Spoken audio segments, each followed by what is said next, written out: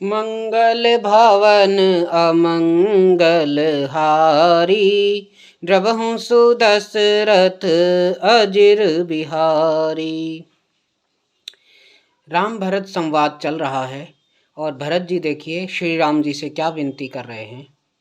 सहृद सुजान सुसाही बही, बहुत कहब बड़ खोर, आयुष दे देव अब सबहि सुधारी, मोर सियावर राम जय जय राम, मेरे प्रभु राम जय श्री राम। सहृद यानी बिना ही किसी लाभ के सबका हित करने वाले बुद्धिमान और श्रेष्ठ मालिक से बहुत कहना बड़ा अपराध है, इसलिए हे देव अब मुझे आज्ञा दीजिए, आपने मेरी सभी बात सुधार दी हैं। भरत जी ये कह रहे हैं, प्रभु पद पदम पराग दोहाई, सत्य सुकृत सुख सीव सुहाई, सो करि कहूँ ये अपने की, रुचि जागत सोवत सपने की। प्रभु के चरण कमलों की रज जो सत्य सुकृत और सुख की सुहावनी सीमा है, उसकी दुहाई करके मैं अपने हृदय की जागते सोते और स्वप्न में भी रहने वाली इच्छा कहता हूँ। सहज स्नेह स्वामी सेवकाई, स्वारथ छल फल चार बिहाई, आज्ञा सम न सुसाहिब सेवा, सो प्रसाद जन पावैं देवा। वह रुचि है कपट स्वार्थ और चारों फलों यानी अर्थ धर्म काम और मोक्ष को छोड़कर स्वाभाविक प्रेम से स्वामी की सेवा करना, और आज्ञा पालन के समान श्रेष्ठ स्वामी की और कोई सेवा नहीं है। हे देव अब वही आज्ञा रूप प्रसाद सेवक को मिल जाए। अर्थात वो कह रहे हैं भरत जी कि जो आप आज्ञा देंगे सभी को स्वीकार्य होगी, मुझे भी स्वीकार्य होगी। अस कही प्रेम विबस भय भारी, पुलक शरीर बिलोचन बारी, प्रभु पद कमल गह अकुलाई, समय स्नेह न सो कहीं जाई। भरत जी ऐसा कहकर प्रेम के बहुत ही विवश हो गए, शरीर पुलकित हो उठा, नेत्रों में जल भर आया। अकुलाकर उन्होंने प्रभु श्री रामचंद्र जी के चरण कमल पकड़ लिए। उस समय को और स्नेह को वर्णित नहीं किया जा सकता, इतना अथाह प्रेम उस समय भरत जी के मन में उमड़ आया।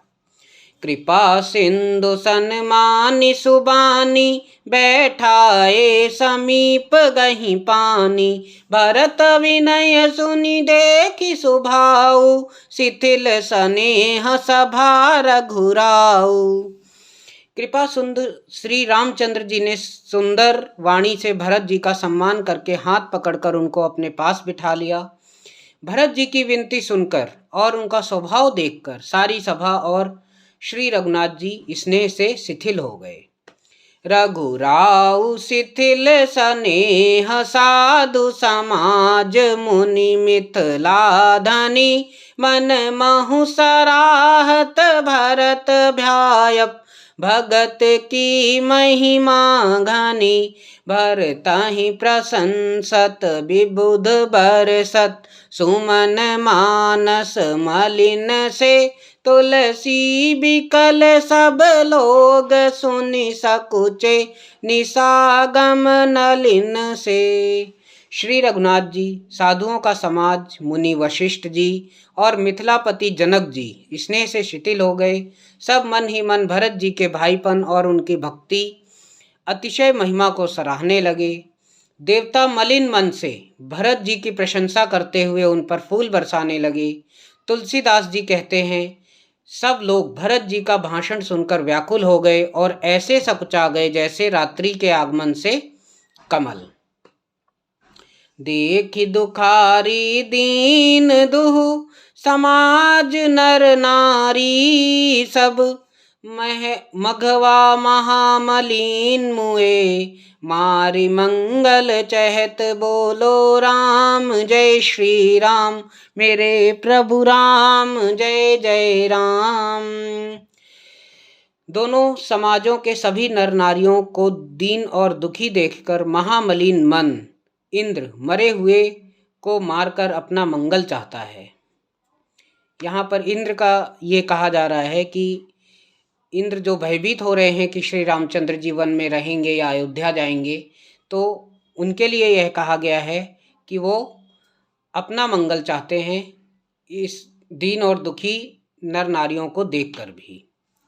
कपट कुचाल शिव सुर राजू पर अकाज प्रिय आपन काजू काक समान पाकर पुरीति छलि मलिन कतहु न प्रतीति। देवराज इंद्र कपट और कुचाल की सीमा है, उसे पराई हानि और अपना लाभ भी प्रिय है। इंद्र की रीति कौवे के समान है, वह छली और मलिन मन है, उसका कहीं किसी पर विश्वास नहीं है।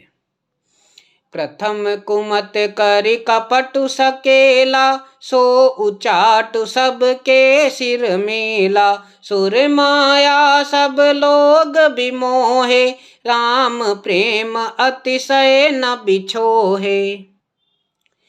पहले तो कुमत यानी बुरा विचार करके कपट को बटोरा, अर्थात अनेक प्रकार से कपट को उन्होंने किया। फिर वह कपट जनित उचाट सबके सिर पर डाल दिया। फिर देव माया से सब लोगों को विशेष रूप से मोहित कर दिया, किंतु श्री रामचंद्र जी के प्रेम से उनका अत्यंत बिछोह नहीं हुआ, अर्थात उनका श्री राम जी के प्रति प्रेम कुछ तो बना ही नहीं रहा।